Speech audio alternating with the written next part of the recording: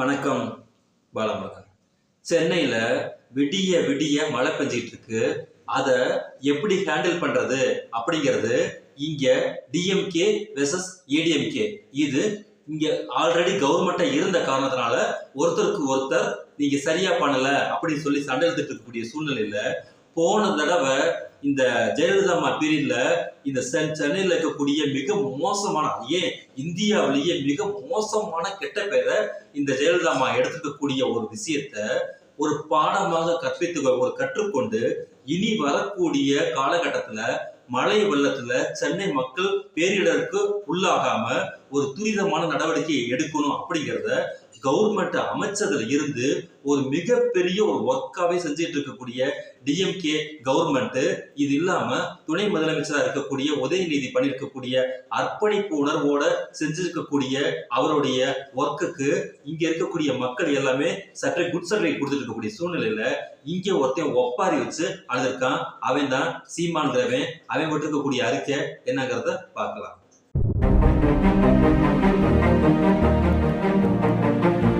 துணை முதலமைச்சர் அவரு இல்லை நல்லா ஃபர்ஸ்ட் கிளாஸாக பண்ணுங்க. யங்ஸ்டரு நல்லா இறங்கி பண்ணுறாரு. நம்ம உண்மையிலே சொல்ல போனால் யாரையாவது எம்எல்ஏ அவங்களெல்லாம் போக சொல்லி பண்ணுவாங்க கவுன்சிலர்லாம். ஆனால் இவரே இறங்கி பண்ணுறதுனால என்னன்னா எல்லாருமே அந்த ஃபீல்டில் இருக்காங்க. ஏன்னா அவரே வராரு. அவர்லாம் வரணுன்னு இது கிடையாது. வரலாம், நார்மலாக சும்மா பார்வையிடுற மாதிரி போகலாம். ஆனால் அவர் நைட்டெல்லாம் போய் பார்த்துருக்காரு. நைட் போய் பார்க்குறாரு, ரெகுலராக செக் பண்ணுறாரு.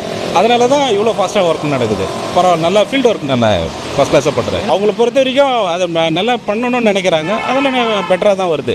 ரிசல்ட்டும் நல்லா தான் இருக்குது. சும்மா அந்த இது கடமைக்கு பண்ணுற மாதிரி இல்லை. மக்கள் மேலே கொஞ்சம் அக்கறை இருந்தால் தான் அதெல்லாம் பண்ண முடியும். நல்லா பண்ணுறாங்க, அதை பற்றி ஒன்றும் இல்லை.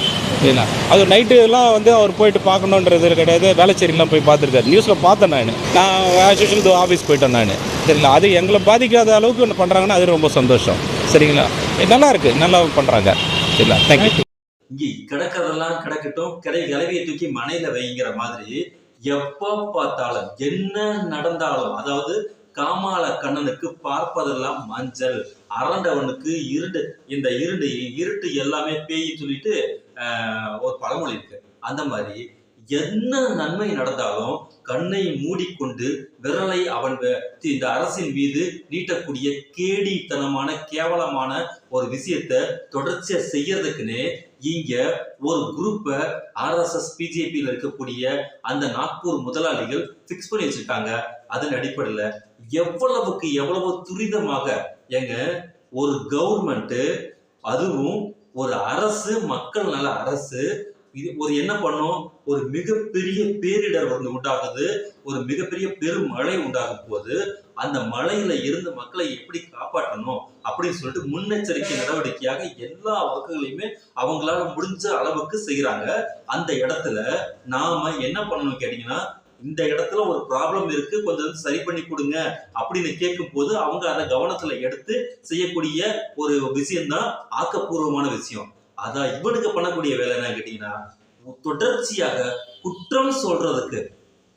ஒரு நாய் இந்த ஊர்ல ஒரு குட்டி போடுறதுக்கு ஒரு ப்ராப்ளம் உண்டா கூட இதுக்கு திமுக அரசு தான் காரணம் அப்படிங்கிற ரேஞ்சில இங்க என்ன பொழுது விடிஞ்சாலும் சரி, பொழுது முடிஞ்சாலும் சரி, அத்தனை சூழலுக்குமே இங்க திமுக அரசு தான் காரணம்ங்கிற போபியா பிடிச்சு போய் அடையக்கூடிய இந்த நாம் தமிழர் குரூப்புகள் வழக்கம் போல இங்க அது சரியில்லாம போச்சு, இங்க இது சரியில்லாம போச்சு, பயங்கரமா தண்ணீர் சூழ்ந்து போய் கிடக்குது.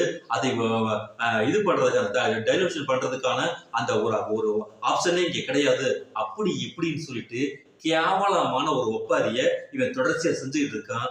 ஆனா கள நிலவரம் அங்க என்ன இது பண்ணிக்கிட்டு கேட்டீங்கன்னா, எல்லா மீடியாக்களுமே இந்த ஒண்ணுமே நடக்கல அப்படிங்கிற இந்த அதாவது அதிமுக கவர்மெண்ட்ல ஊடகம் எந்த அளவுக்கு பாதிக்கப்பட்டது அப்படிங்கிறது எல்லாருக்குமே தெரிஞ்ச விஷயம்.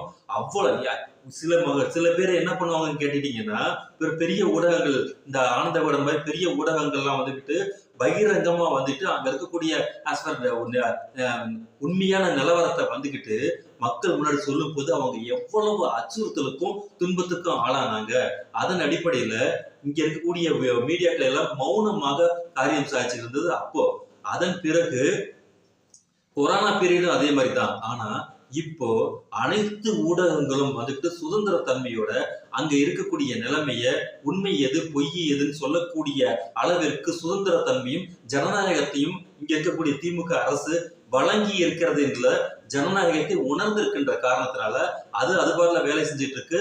இவங்க ஏதாவது இங்க இருக்கக்கூடிய குறை நிறைகிற சொல்லட்டும், அதன் மூலமாக வரக்கூடிய விஷயங்கள் நம்ம ஏற்றுக்கொண்டு சரி பண்ணணும்னா பண்ணிக்கலாம் அப்படிங்கிற ஒரு மனநிலையில இன்னைக்கு கவர்மெண்ட் இது பண்ணிட்டு இருக்கும் போது சுத்தமாக இங்க இருக்கக்கூடிய அனைத்து ஊடகங்களுமே வந்துகிட்டு உண்மையான நிலவரத்தை எழுதிட்டு இருக்காங்க. அங்கே துரிதமான வேலை நடந்துட்டு இருக்கு.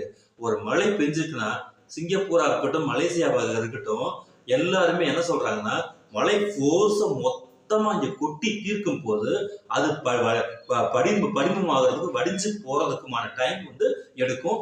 அந்த டைமை தான் இங்க இருக்கக்கூடிய இப்ப இருக்கக்கூடிய கவர்மெண்ட் வந்துட்டு மிக துல்லியமாக செஞ்சு முடிச்சுட்டாங்க, செஞ்சு வச்சிருக்காங்க, தொடர்ச்சி அந்த வேலையை செஞ்சுக்கிட்டு இருக்காங்க அப்படின்னு சொல்லி வானியல் அறிஞர்கள் இருந்து மெயின் ஸ்ட்ரீம் ஊடகத்துல இருக்கக்கூடிய அனைவருமே வந்துகிட்டு உண்மையை சொல்லக்கூடிய ஒரு விஷயத்த இங்க நிகழ்ந்திருக்கும் போது இந்த மாதிரி அல்லு சில்லறை இருக்காங்க பாத்தீங்கல்ல, இந்த பிஜேபிக்கு RSSக்கு சொம்படிக்கக்கூடிய இந்த அல்லு சில்லறை இருக்காங்க பாத்தீங்கல்ல, அவங்க வழக்கம் போல கண்ணை மூடிக்கிட்டு போச்சு சென்னை போயிடுச்சு, அது போயிடுச்சு, இது போயிடுச்சு, எல்லாமே போயிடுச்சு, நாங்க சாப்பிட்றதுக்கு குடிக்கிறதுக்கு தண்ணி இல்ல, அது இல்ல, இது இல்லைன்னு சொல்லி வெளியில ஒப்பாரி வச்சுட்டு இருக்கக்கூடிய ஒரு கேவலமான ஒரு சூழ்நிலையை தொடர்ச்சியா செய்வதன் மூலமாக இந்த அரசுக்கு நாம் கெட்ட பேரை உண்டு பண்ணி விட்டுறலாம் அப்படின்னு கங்கணம் கட்டி கொண்டு ஒரு பெரிய குரூப்பே செயல்பட்டு இருக்காங்க. ஆனால் விழிப்புணர்வு அடைந்த மக்கள் இந்த மாதிரியான ஒரு வீடியோல கதறக்கூடிய காட்சிகள் இருக்கக்கூடிய அந்த மக்களுக்கு இந்த மக்கள் வீட்டுல உட்கார்ந்துகிட்டே யோசிக்கிறாங்க, இவ்வளவு பெரிய பிரச்சனை வரப்போகுது, மழை பெஞ்சுக்கிட்டு இருக்கு அப்படிங்கிற சூழ்நிலை வரும்போது எவ்வளவு படிச்சவனா இருந்தாலும் இவ்வளவு பெரிய என்ன சொல்றது பெரிய ஐடி கம்பெனில வேலை பார்க்கறதுனால இருந்தாலும் அவங்க என்ன சொல்றாங்கன்னா பால் பாக்கெட்டை 6 மாசத்துக்கு கெட்டு போகாத அளவுக்கு பால் பாக்கெட்லாம் ப்ரிகாஷன் பண்ணி நாங்க வச்சிருக்கிறோம், பவுடர்ஸ் எல்லாம் ரெடி பண்ணி கொடுத்துருக்கோம்னா குறைந்தபட்சம் வாங்கி சேவ் பண்ணிக்க மாட்டாங்களா? எல்லாத்தையுமே திமுக அரசு செய்யல அப்படின்னு சொல்லிட்டு குற்றம் பாசிக்கக்கூடிய மனநிலையில ஒருத்தர் வெளியில பேட்டி கொடுக்குறாங்கன்னா முதல்ல அவனுக்கு புத்தின்னு ஒண்ணு இருந்துச்சுன்னா தேவையான பொருட்களை வாங்கி வச்சுக்க மாட்டானா? படிச்சவன் தானே, படித்த மக்கள் தானே. அப்போ இது திட்டமிட்டு பரப்பக்கூடிய பொய் செய்தி அப்படிங்கிறதுக்கு ஒரு உதாரணம் தான் இங்க இருக்கக்கூடிய இந்த சீமான் வகையறாக்களுக்கு பாத்தீங்களா, பிஜேபி RSS வகையறாக்களுக்கு பாத்தீங்களா, இப்ப இந்த வகையறாவோட திடீர் ரொம்ப நாளா காணாமல் போன இந்த எடப்பாடி பழனிசாமி முன்னாடி தொப்பக்கடின்னு குதிச்சு இது எல்லாம் மோசமாகிருச்சு, இவ்வளவு மோசத்துக்கு காரணம் அதிமுக, இவ்வளவு மோசத்துக்கு காரணம் திமுக சொல்லிட்டு இந்த அதிமுக வந்துகிட்டு ஒப்பாரி வச்சுட்டு இருக்கு. அதிமுகவின் நிலைமைகளை கொஞ்சம் பின்னாடி பார்த்தோம்னா எவ்வளவு குரூரங்கள் நடந்திருக்கு அப்படிங்கிறத எல்லாருக்குமே தெரிஞ்ச விஷயம் தான். அதை முதல்ல இந்த பழனிசாமி அவர்கள் புரிஞ்சுக்கணும். ஏன்னா இங்க அப்பா மற்றும் மகன் அப்படிங்கிறது இல்ல, முதலமைச்சர் துணை முதலமைச்சர் அப்படிங்கிற ஒரு இதுல போட்டி போட்டுக்கொண்டு களத்தில் இறங்கி அர்ப்பணிப்பு உணர்வோடு அந்த காரியங்களை ஆற்றிக்கொண்டிருக்கிறார்கள். நீங்க முதலமைச்சருக்கு அப்பாற்பட்டு துணை முதலமைச்சர்கிட்ட IAS IPS எல்லாமே நடுங்குறாங்க. எல்லாருமே சொல்றது கலைஞரோட பேரன் ப்ரூவ் பண்றாருங்க, அந்த வேகத்தை இங்க பாக்குறவங்க என்னங்க இவ்வளவு ஷார்ப்பா இருக்காரு, இவ்வளவு சுருடா இருக்கிறாருங்கிற மாதிரி சொல்றப்ப ஆபீசர்ஸ் எல்லாமே நடுங்கி போய் தான் உட்கார்ந்துருக்காங்க. அதற்கு மக்கள் மிகப்பெரிய அளவுக்கு சல்யூட் கொடுத்துட்டு இருக்காங்க. அனைத்து மக்களும் சென்னையோட பெரு வெள்ளத்துல இருந்து மீண்டு வருங்கிற நம்பிக்கையை பெற்றிருக்கிறாங்க. அதன் அடிப்படையில நம்மளால முடிஞ்சிருக்கக்கூடிய உதவிகளை நாம அனைவரும் துரிதமாக களம் இறங்கி அங்க செய்வோம் அப்படிங்கிற மனநிலையில தான் நம்ம இருக்கணும். அதன் அடிப்படையில் திராவிடர் கழகத்துல தலைவர் ஆசிரியர் வீரமணி தெளிவா சொல்லி ஒரு காலமாக இந்த தேவையான முன்னெச்சரிக்கை பொருட்களை எல்லாமே கொண்டு போய் டெபாசிட் சேர்க்கிற அளவுக்கு எல்லா வேலையுமே தொடர்ச்சியா செஞ்சுட்டு இருக்கோம். இதுதான் ஆக்கப்பூர்வமான ஒரு விமர்சனம், ஆக்கப்பூர்வமான ஒரு செயல்முறை. அதை விட்டுவிட்டு இங்க வெத்து வாயில வெறு வண்டி ஓட்டி இங்க காரியம் சாதிச்சப்படலாம் அப்படிங்கிறவங்களுக்கு தோல்விதான் மிச்சமாகும். ஆரம்பிக்கலாம்.